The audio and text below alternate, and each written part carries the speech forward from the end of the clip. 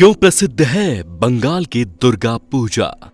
दोस्तों, नवरात्र आ चुके हैं और हम सभी को पता है कि पूरे भारत में दुर्गा पूजा का उत्सव मनाए जाने की तैयारियां जोरों शोरों से शुरू हो चुकी है, क्योंकि पंचमी से दुर्गा उत्सव की शुरुआत हो जाती है और पूरे देश में जगह जगह पर पंडाल सजने लगते हैं और देवी माँ की पूजा की जाती है। पर सबसे भव्य दुर्गा पूजा बंगाल में मनाई जाती है।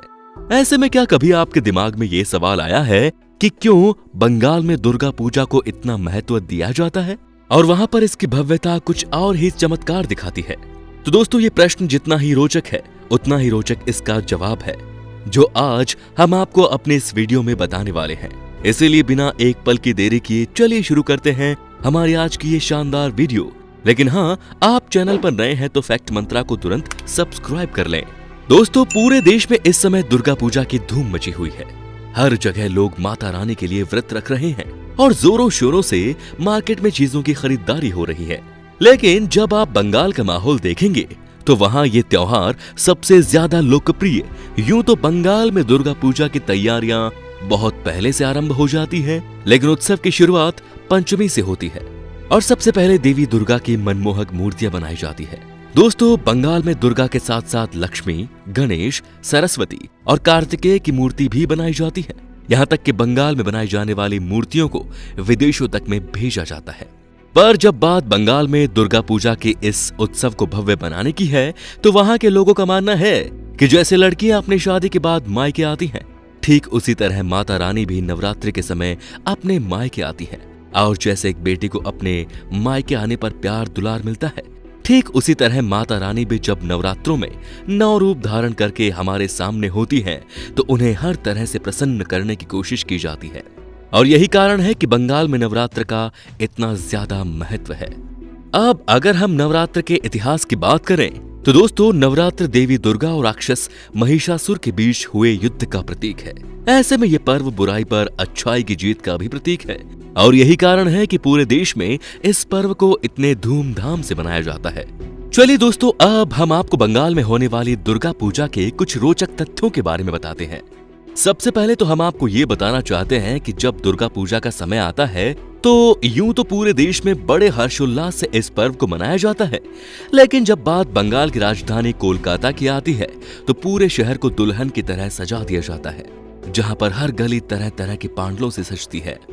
लोग पंडाल देखने तथा दुर्गा पूजा के दर्शन करने के लिए रात भर लाइन में लगकर पूजा का उत्सव मनाते हैं। यहाँ तक कि दिमाग को हिला देने वाली पांडालों की सजावट को देखने के लिए लोग दूर दूर से कोलकाता जाते हैं। साथ ही साथ यहाँ पर पांडालों की प्रतियोगिता भी होती है और जो पांडाल सबसे ज्यादा आकर्षक होते हैं उसे पुरस्कार भी दिया जाता है। अगर हम बंगाल में दुर्गा पूजा के दौरान होने वाले कुछ सुंदर रस्मों की बात करें तो दोस्तों, सबसे पहले बात करते हैं चौखुंदान की रस्म की। दोस्तों, कोलकाता में दुर्गा पूजा के प्रथम दिन माँ दुर्गा को रंग चढ़ता है और ये रश्मि नवमी तक चलता है।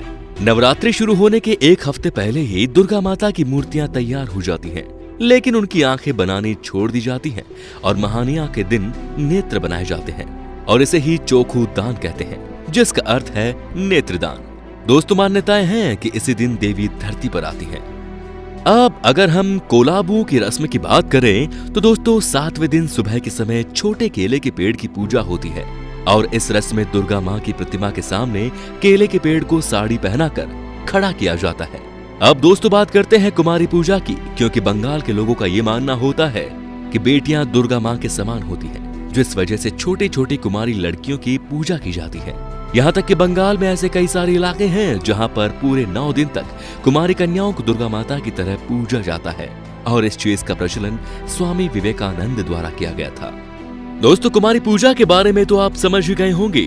हालांकि कुमारी पूजा के साथ साथ जब व्रत पूरा हो जाता है तो कुमारी कन्याओं को भोजन कराने का भी प्रचलन है, जो न सिर्फ बंगाल में बल्कि पूरे देश में चलता है, जिसमें 9 या 7 कुमारी कन्याओं को बैठाकर उन्हें देवी माता की तरह बड़े प्यार से भोजन कराया जाता है और फिर भोजन के बाद उन्हें उपहार और फल दिया जाता है ताकि वो प्रसन्न हो जाएं। और ऐसी मान्यता है कि इस रस्म को पूरा करने के बाद ही किसी का 9 दिन का व्रत सफल होता है। अगर हम बंगाल में मनाए गए दुर्गा पूजा की एक और महत्वपूर्ण रस्म की बात करें तो वो है अष्टमी की पुष्पांजलि, क्योंकि अष्टमी का दिन न सिर्फ बंगाल में बल्कि पूरे देश में विशेष रूप से मनाया जाता है।